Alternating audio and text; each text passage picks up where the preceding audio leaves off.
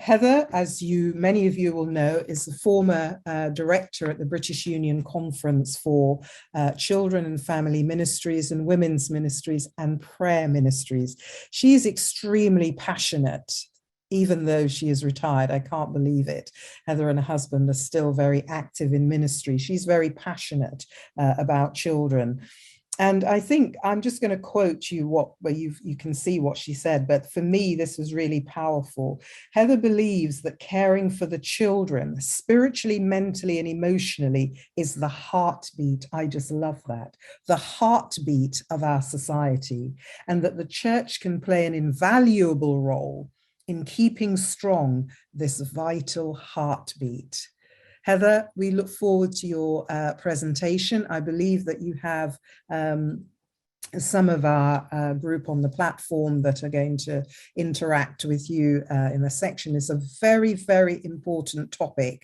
I think it's a fitting topic to end on, reinforcing and discussing the importance of family commitment in raising children for the kingdom. Without the family, without the parental guardian commitment, children can become lost. Over to you, Heather. You have our undivided attention. Right, thank you very much indeed. Yes, my husband's standing here because I am using my new laptop for the first time. It died with my PowerPoint on. My husband went out yesterday morning, got me a new laptop. My son's here, and they've spent yesterday getting set up, and somewhere on it is my PowerPoint. So I'm looking to him. I've clicked this. What else do I click? This is Paul. Hi. Is the taller half. Hello, Pastor. Right, so you want that file. Yes, so please. she's sharing a PowerPoint now. Perfect. You should be able to see that, yeah? Absolutely perfect. Praise God. No, that's right. He chose the right laptop. Yeah. It's the same laptop as mine, but not quite as expensive as mine was. Mine's a touchscreen one, but mine's 3 years old. Oh yeah, so I've got the newer one. No, I'm just so blessed. He's one of these computer buffs, so he's able to sort me out, and he often needs to do that, I can assure you. Would you like to press full screen, which is the one below the slides that looks like a television? That means we won't be able to see what slides are coming up. Yes, I did wonder about that. Yeah. He's trying to find where it is on this. That's the trouble. You get different formats, don't you? Looks like a television on legs. That's the one. That's the one. Good. That's better. Good. Yeah. Right, thank you. I'll try not to blow it up, love. I haven't asked him how much it cost him. So it should be to just early birthday. Yeah, thank you. I'm not sure why that. Don, can you assist? Was that the right button? We can still see Sister Heather's slides on the side. I can only just see the first slide. Again? Can you press the presenter view again? You want full screen. It's the one that says full screen. If it's not working, you can just click on slideshow on the menu at the top, and then it will give you the options. Ah, yes. The menu at the top, slideshow. To your left. Don't see anything like that, just your screen sharing, stop share, that's all. Can you see where it says new slide? No. At the top above where you've got your icons, because we can see your screen. Do you new share? There's new share. No, you may need to escape. Maybe they got to stop share and then start again. All right, that makes sense. If in doubt, turn off. Possibly, maybe you have two screens or something. My phone's still on. Will that be causing a problem? That's your gallery, so that's that one. View speaker, share screen. Now, why there are two opened? It makes life interesting, doesn't it? Perfect. That's it. That's right now. Okay, I don't know what the difference was.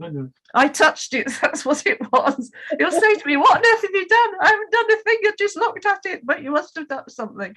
Oh, Yes, family is very important, and having people good in your family, knowing how to click on things. I've been there, so I know. Yeah, that's All right. yours, we can just see whichever slide that you want us to see. We can't see what's coming up next. So All right then. all yours. Thank you. Yeah, thank you for your introduction, because you underlined the message of the commitment of being there for our children. Our children aren't leaders in the future, they're leaders now. And I just love the Sabbath School one, Sister Wata, where you were talking about how the kids were actually making things to go with your Sabbath School. They're the ones we need to be in touch with now. Right. Proverbs 1 verse 8. I love this, that it's this book of Proverbs, of great sayings of the most wise man who's walked on this earth besides Jesus.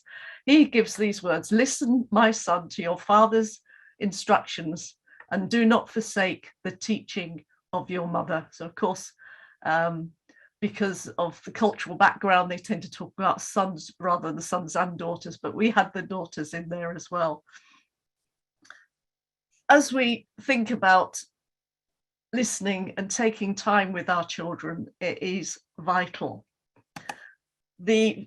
Some of you might not be aware of the Value Genesis survey that was done in Europe of Adventist young people. And this was in 2012, the last one. There's a number of Value Genesis being done. And what came out of that was one of the most important influences in a child's spiritual life is that of the parents. These two facts I find fascinating. It says that mother is the faith sharer. And as I've listened to voices today and seen comments coming up on the screen, I would say a majority of those who are involved in children's ministries are women. And I'm just so pleased when I hear that there are men being involved. My daughter is a primary school teacher, and she'll tell you that when they do have male teachers there, the kids are absolutely thrilled to have male role models in teachers as well. So as you think about the modern day life, where especially when both parents are working, even so, we recognize that I always say the umbilical cord is never really cut at birth. There is a connection with the mother that they don't always have with the father. I'm generalizing now. Sometimes they're a daddy's child.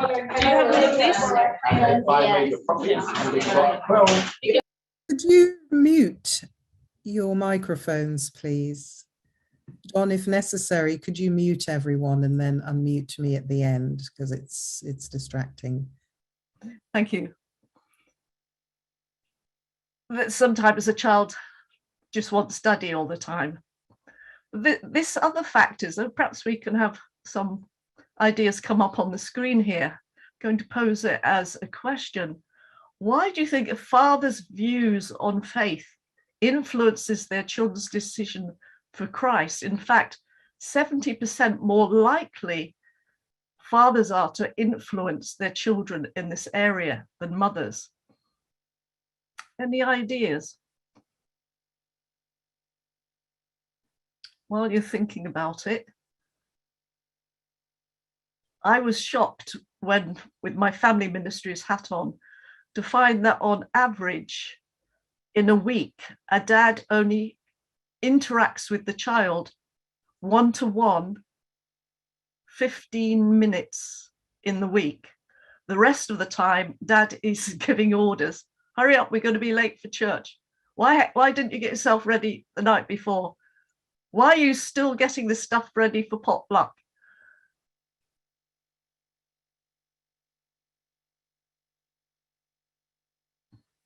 Yeah, it's a bit of a poser, isn't it? The conclusion that I've come to is because dad isn't so close in one way to the children, that when he does share about his faith, he takes time with the children, that they realize this is something serious, because Dad is there for them.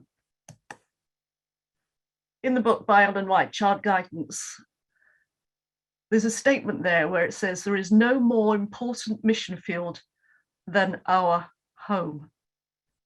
And this is for mums and dads to take on board, that if we're going to prioritize anything in life to do with Jesus and our relationship with him and our children's relationship with him, this is what is important. In the Value Genesis statement, they say this: parents need to be committed to a Christian way of life and talk openly about their own faith journey. So you need to take time, preferably daily, to have worship. This can be a challenge when we're on shifts or when we're juggling childcare. Why do you think it's important that we do this? Why should we have faith sharing through stories?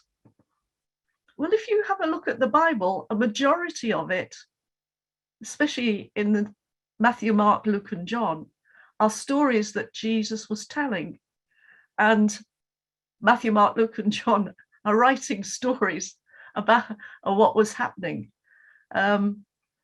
I always think that the Bible was the first, like a TV series of episodes, like Emmerdale Farm or whatever. I'm not really into these. I can't think of any other titles, but most of the most popular things that people watch are stories, whether they're videos or whether they are different things that are going on TV for the kids. They're stories. So when we share about faith stories, it makes a difference. To share about one I had with my grandson's 8 now, but when he was 3, his granddad died. And it was a bit upsetting for him. He was close with his granddad. And I made sure, with helping with childcare with him, to still talk about his granddad and talk about Jesus coming again and how he'll see his granddad. When he was 4, he started nursery school. And when we were walking back home at the end of nursery school, we walked past a dog that looked like a dog that I'd had once, but he had never met it. He knew I'd had a dog and that it died. And then he looked up at me and he said, "Gran, you're going to have to get some dog food." And I said, "Why?" And he said, "Well, when Jesus comes again, your dog will need something to eat." So when we share faith stories with our children, they remember these stories. So that, I think, just looking at what's on TV and just seeing what's in the scriptures, passing on faith stories is important. So we need to connect our children with God by safely launching them into life, by having quiet times with them, away from everything else in life that would distract them. So having a worship time is important. You know, for an astronaut to go off into space, he needs a life support system. And when we share our faith and our faith stories with our children, we are giving them a spiritual life support system. And I'm going to ask now for brother and sister Mackenzie to share a bit about worship ideas that they found that has worked in their own home. So I'm hoping they'll come on board now and share a bit. They are in the Welsh Mission as sponsors for children's and family ministries.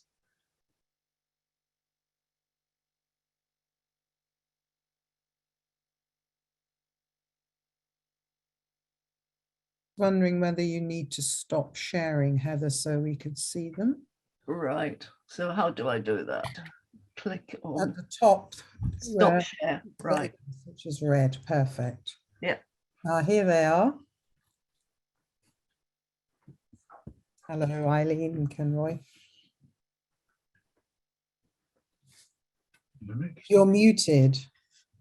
Yeah, we're just going to have somebody else join me in now. Okay.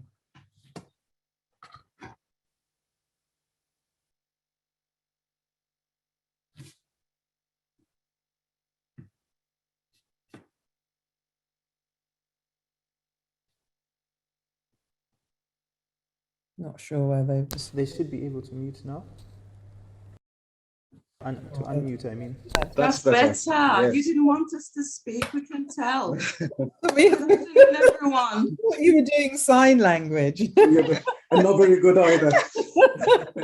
Welcome, welcome. Good afternoon, everyone. Good afternoon. My name's Eileen Mackenzie and this is Kenra, my husband, and I'm the Children's Ministry sponsor for the Welsh Mission. And today has been absolutely wonderful, hasn't it, Kenra? It's been We have fantastic, learned very so promising. much. It's a beautiful program. Thank you very much to Judith for inviting us. Our services, our worship is very different, Kenra. We're quite creative, aren't we? We've done so many things. You're the quiz master. Sometimes our worship consists of just a quiz, prayer and a quiz. One of the things that we recommend is that your children, no matter how young they are, they can actually lead out in worship and let them choose their own personal subjects. One of the things that I say to some of the mothers, some of the parents that I meet across the mission, is that if you want to know where your child is spiritually, you must have morning and evening worship. A lot of things come out. There are questions that come out that they might not be able to understand. Who is God? Certain things come out that we need to address, and we go forward with that. One of the other things that we do, Kenra, don't let me take over. No, that's all right, isn't it? One of the other things that we've done, we've actually read the Bible twice during worship. Isn't that unusual? Little bits and bobs of the Bible. And one of the things, when we finished the Bible, we had a special, did we go out for a meal or something? Celebration. Yes, and we finished the Bible. As you know, members, some of the Bible names you can hardly mention, but we made up our own version of how it's supposed to be said. And it was fantastic, wasn't it, Ken? We've read child guidance. Sister Heather spoke about child guidance. Just one thing I'm going to say, and then I'm going to let Kenroy take over. One of the things that I found when you read Sister White's material, it sort of puts us as parents in a position as if to say, Mom, you're not doing that. You should be doing that. The Bible says, Sister White says, and things like that. We are challenged as parents, and that brings up a fantastic conversation between you and your children. It's to me, family worship is vital. So what, you know, just thinking about what we did with the reading of the Bible, it was very interesting. How we sort of made it a bit more interactive. We put it on big screen on the TV, so everybody's eyes were focused in the same direction. So that's what we did, and it was kind of interesting because I heard Heather talking about Emmerdale Farm. There's been a few more since then, but when you read the Bible as a family, it was very interesting. And if I just highlight, there should be a PG warning with some of it, unbelievably, because there was things like we read the stories of David, and we've read it lots and lots of times, and we hear it in school. I've heard it growing up, but then when you read it in that setting with like a 4-year-old there in presence, and it talks about David severing the head of the giant, and did he cut the head off? Yes, he did cut the head off. So it brings up a different sort of thinking. But these are some of the things that we had to embrace when we were going through. But at least they got the full picture, and then we could explain. And we were challenged in some respects. Well, why did he have to? It was the type of setting. So it opens up quite a few questions that we can deal with as well, and also try and share with them how God was merciful to them as a people, and how he came through for people like David. There's things like reading through Songs of Solomon. Now, ordinarily the adults wouldn't even read through the Songs of Solomon, but we were reading through it as a family. So you can imagine some of the thoughts that were going in there. But we could put it in perspective as much as possible. Some didn't understand, of course, we're too young. But the ones who asked the questions, you could talk about what was true love and stuff like that, what it was all about. So we could break things open like that. So it was a good experience for us to do that. The other thing Eileen's mentioned, I'm quiz master. In fact, my daughter loves quizzes, and I think it's all around that. So we go through some quiz time as well, and they would love that because it would challenge them, and they could test their knowledge. So sometimes it wasn't just about sit down and we're going to go through a devotion here, we're going to read and da, da, da, da, da. Sometimes we change the format. Sometimes you do it this week. Well, I can't, well, do it how you want to do it. Just share it. Share your thoughts as much as you can. You may not understand it fully, but opening up and we'll join in. And that's what we do. And what it does, it's kind of a training ground, and it gives them a bit of confidence as well, we found, because now they can present certain things and not be too timid, because they've just started it in the home. So that's some of the things that we would do. Heather, I don't talk too much. Back to you. Over to you, Heather.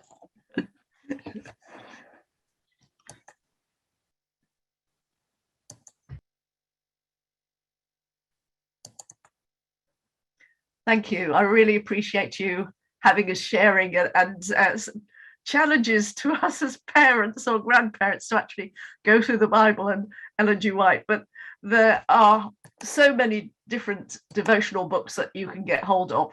Every year, our church comes out with devotional books, and they tend to follow some of the suggestions here that we need to make it. We've got to make time as parents or grandparents that we take time out to be with the children, to have worship. It needs to be simple. We need to make it age adjusted. And with me as a mum having children of different ages, I got to one stage where the youngest one just couldn't cope with something. So I had to do 2 different worships in an evening, because Dad as a minister was out in the evening. But in the morning, he would do a short one. He'd use perhaps one of the devotional books, and while the children were eating breakfast, so we got a captured audience, he would read the devotional to them and they'd have the prayer time. Need to keep it short and to the point. Do you know, a genius can only concentrate at 12 minutes in one go, and we expect our children to sit there and not do anything and just listen, just be talked to. Well, if you look at their eyes, they will be looking into space and probably not taking a lot what you're saying. So you need to be short and to the point. And it needs to be sweet. It needs to be something that they enjoy. I know with our worships, we'd give the children variety of different things. They wouldn't have the same type of worship every evening. One evening, it might be a video worship. They loved the serial. They wanted serial more frequently because they wanted to know what was happening next in the book. And we'd have, they'd choose a favorite gospel song and share why they like that. So there are lots of different things that you can do, that it's sweet, it's something they enjoy and that they can lead out in. So if it was their song, then they were the one leading out, or perhaps they wanted to be in control of the video, or as they got older, they could read the serial. So we need to focus in on a particular point, not be like a shotgun that's scattering lots of pellets out. Children take things on board better if you're discussing one major topic. So I said we need to be varied, and don't expect the children to sit still. My 8-year-old grandson, he doesn't sit still a minute. He is very much a kinesthetic learner. He needs to be on the go. And so especially younger children, they love miming. You can give them the Bible story, or the older ones, they can do a charade where you have to guess what the Bible story is about, and have that time of faith sharing. That is just so vital. And I know with the interest that I've had in prayer ministry, that's really come from my grandma. We'd only see her a couple of times a year because my dad was pastoring up in Scotland and she lived, and my granddad, in Norfolk. And phone calls in those days were very expensive, so you didn't phone up very frequently. But whenever we went to my grand's, we'd often hear stories of how God had been there and answered her prayer. And that influenced me when I was taking exams at school as a teenager. I remember going for my first exam, my legs were going forward, but my brain was saying, run back home to your bedroom. This is scary. What you answer or don't answer can alter your life experience. You know, exams are scary for kids. And that evening, I just said to God, I'm really scared of this. And I remembered what my gran had taught me. Get hold of your Bible and I'd seen her do this. You just let it flip open and put your finger on a text. And the text that I found was in Isaiah 12, verse 2, that said there, don't be afraid, trust in God. And so for my own children, through that faith experience I had, I would share that story with them, and it could influence their relationship with Jesus. So plenty of things that we can do, plenty of books that we can use. And let's think now of the second main influence that the Value Genesis survey came up with, and that is the church.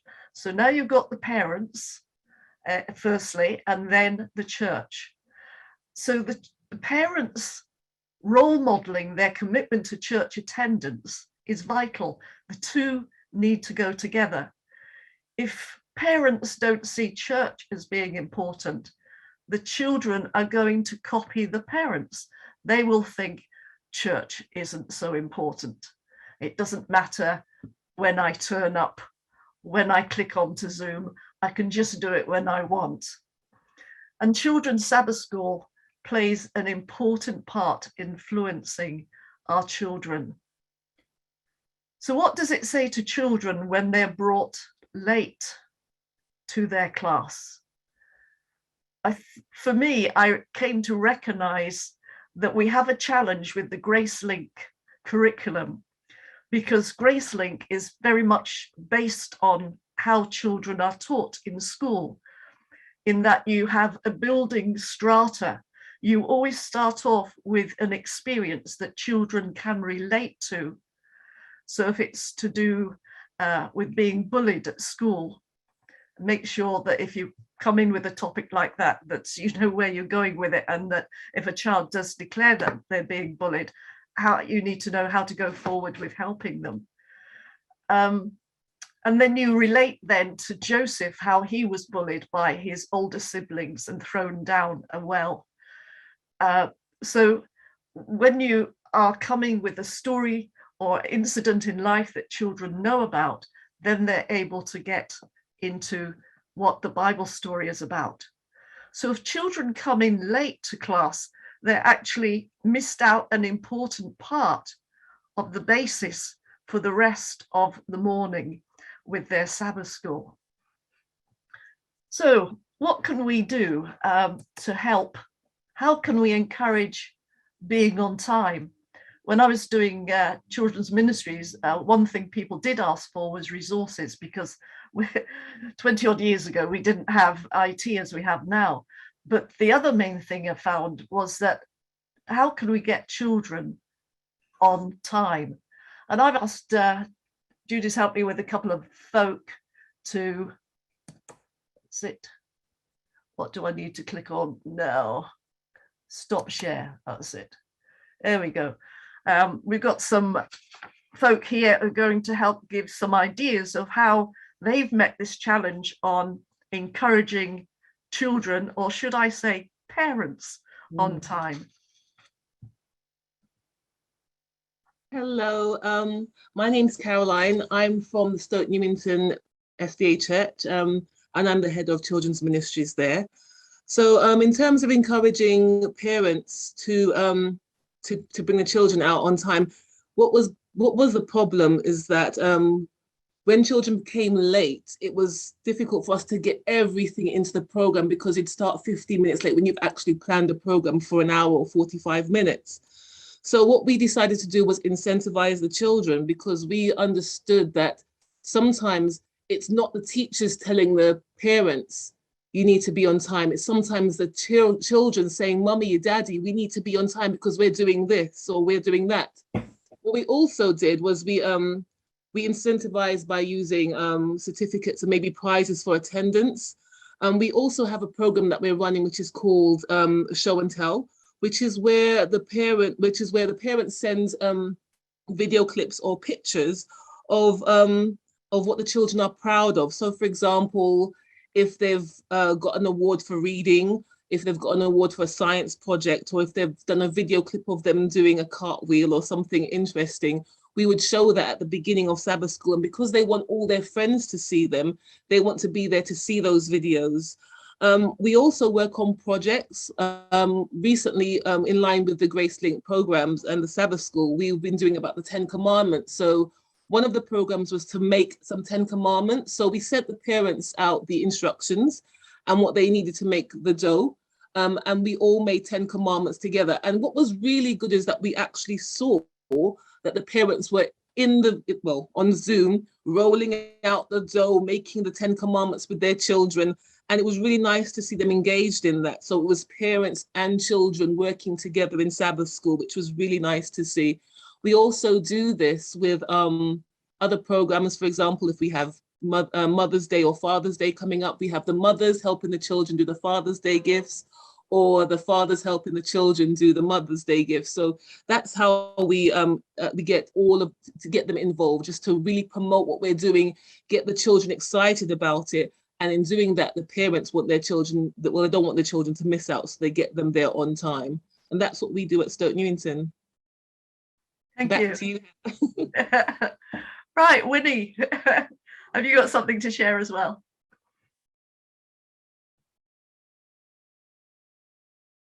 Yeah, make sure you're not muted. Good afternoon, everyone. I'm hoping that my Wi-Fi will be all right, because I've had to switch devices just now. But I'm thoroughly enjoying the program. It's been so blessed and learned so much. But with regards to lateness, one thing we're really focusing on at Edmonton is communication and building relationships. We found that we're still on Zoom, and we found that that meant that a lot of people got disengaged. Sometimes the children weren't coming onto church, they were going to other programs, so we've had to rebuild those relationships. And one thing we did was a welcome video where we asked the parents to tell us, what's so special about their children, and we included all of that in a welcome video. So each child felt special. And then we've moved on from there. We're very committed, very willing to serve. So we're always praying about things.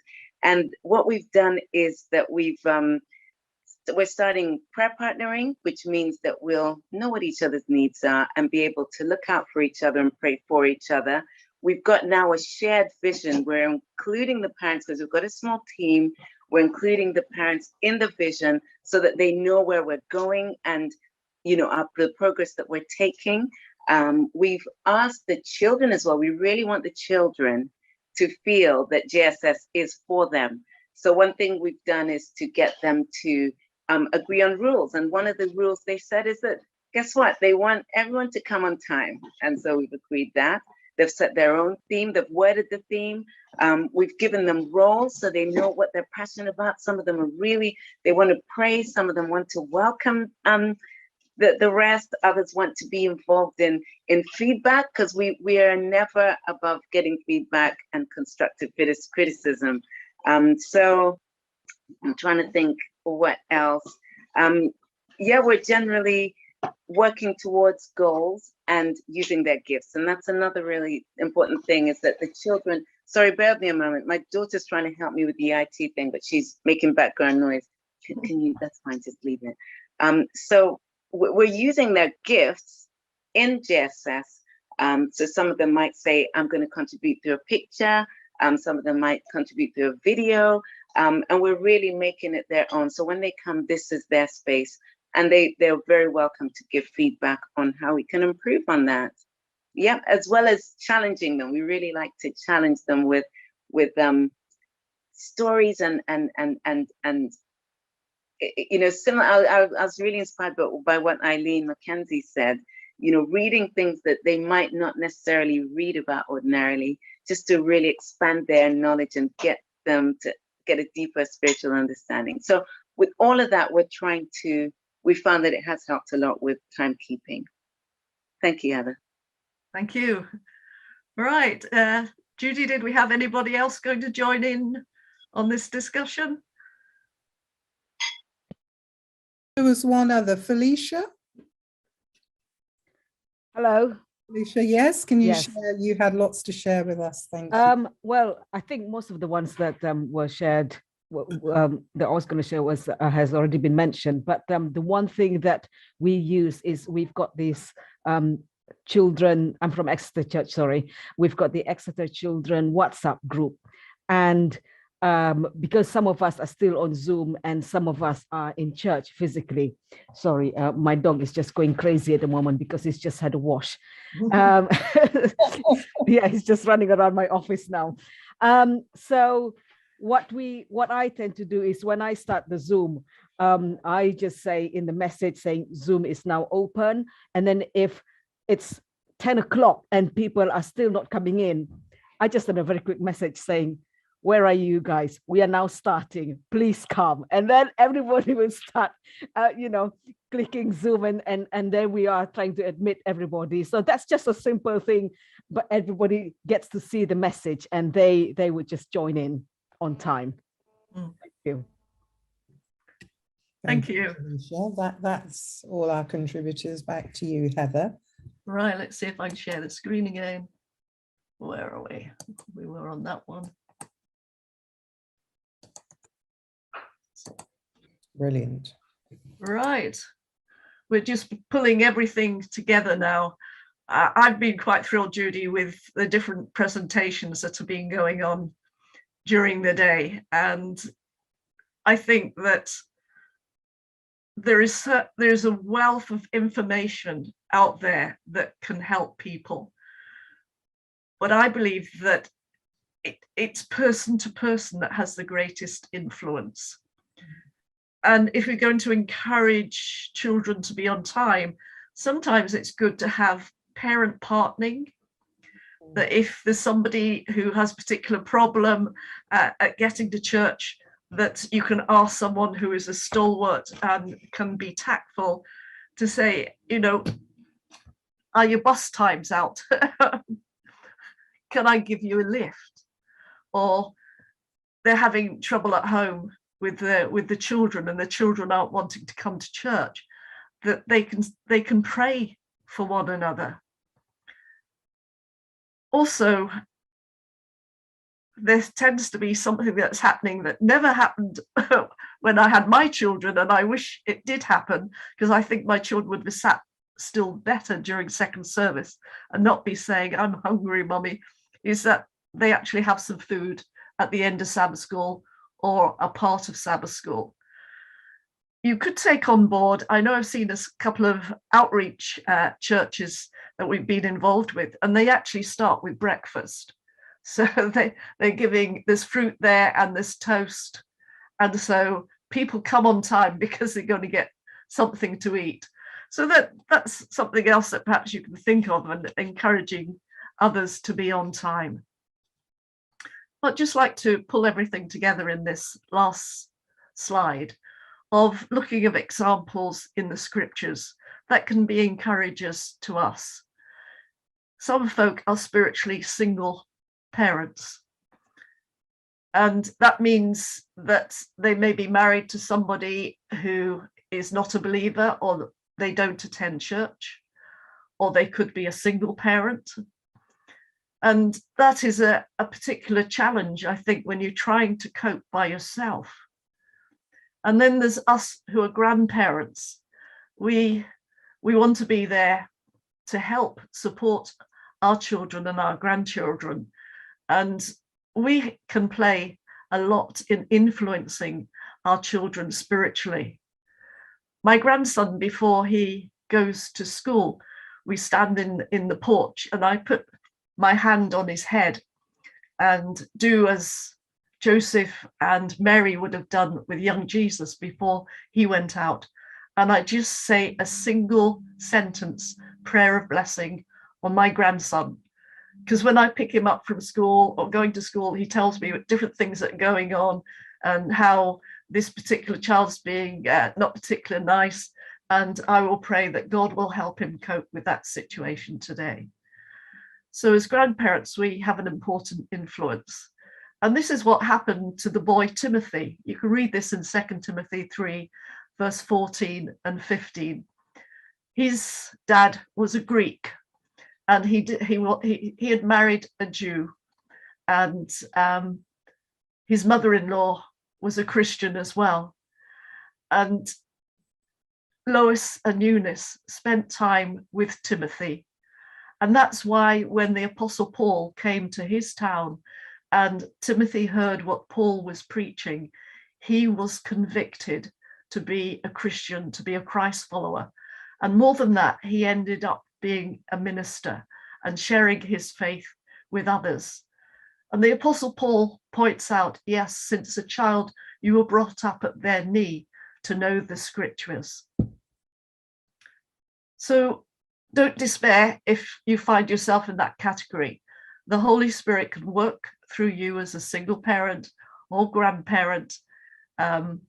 Perhaps you're bringing your grandchildren to church and their parents don't go to church at all.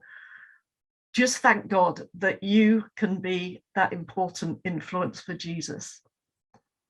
In Genesis 13:18 and chapter 26 and 24, you read about two characters that we're very familiar with. The first one is Abraham, and he was a godly parent who worshipped God. You read in chapter 13, verse 18, that when he moved his camp, he would get everything set up and then he would build an altar. And Isaac was impressed by the way in which his father was committed to worship God, even to the extent of killing him. But that didn't put him off God, because God stepped in and rescued him through a ram caught in the thicket. And what do we find when Isaac takes over from his dad and he is in charge of the encampment? That when he sets up tent, he does it second. He actually builds the altar and worships God before he puts the tent encampment up.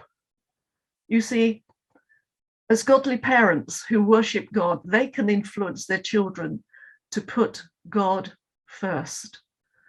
That is the most vital thing we can do with every breath that pulsates through our body.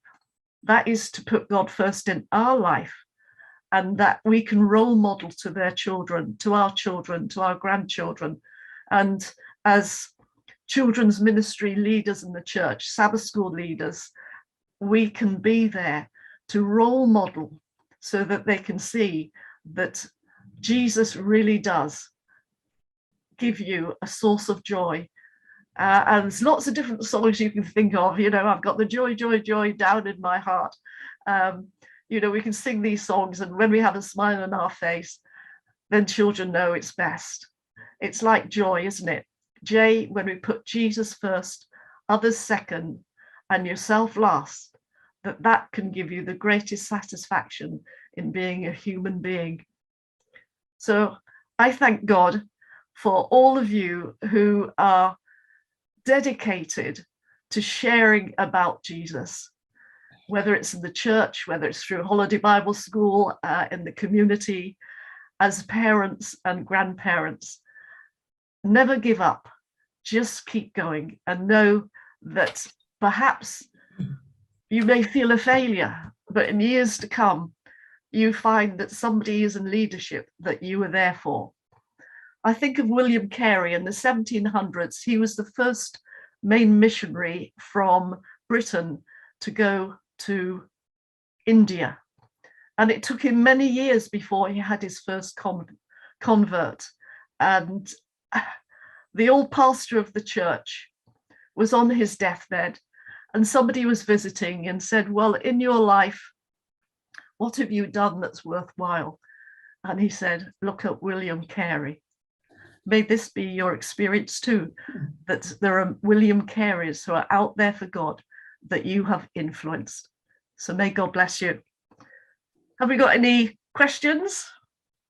There's a chance for some questions. You may have some input on this topic you'd like to put up on the screen.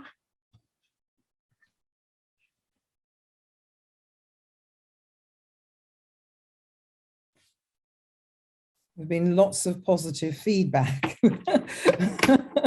which we've had for all the speakers. So that's very, very good.